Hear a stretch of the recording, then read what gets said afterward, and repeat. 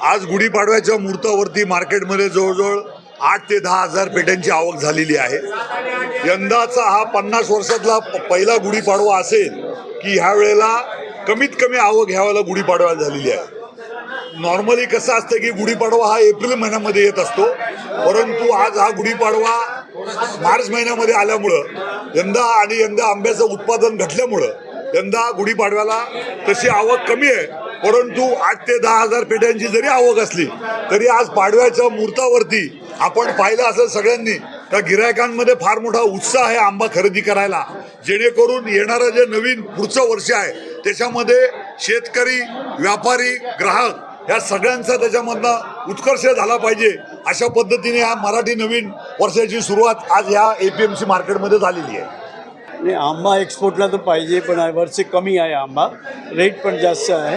आम्हाला पण माहीत आहे शेतकरीला खर्च वाढलेले आहे, थोडं वातावरणामुळे पण जे आहे ते त्याला परवडत नाही, पण आम्ही तेच समजून रेट पण वाढलेले आहे, आंब्याचे रेट पण वाढलेले आहे।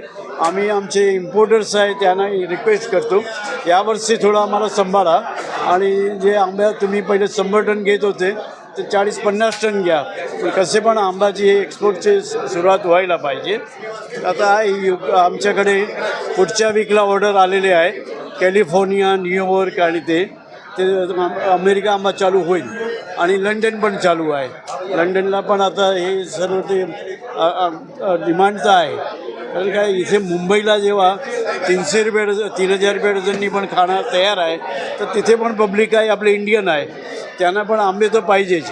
तर जे पण काही रेट असेल तसं ते भरायला पाहिजे आम्हाला, ते आम्ही देऊ त्याप्रमाणे ते।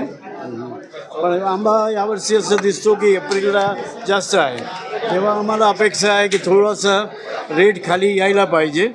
डिमांड अँड सप्लायवर जे मार्केट रेट होईल आम्ही त्याप्रमाणे दलाल लोकांना पण सांगू, थोडं आम्हाला पण सांभाळा, शेतकरीला पण सांभाळा, दोघांना सांभाळून बॅलन्स करा।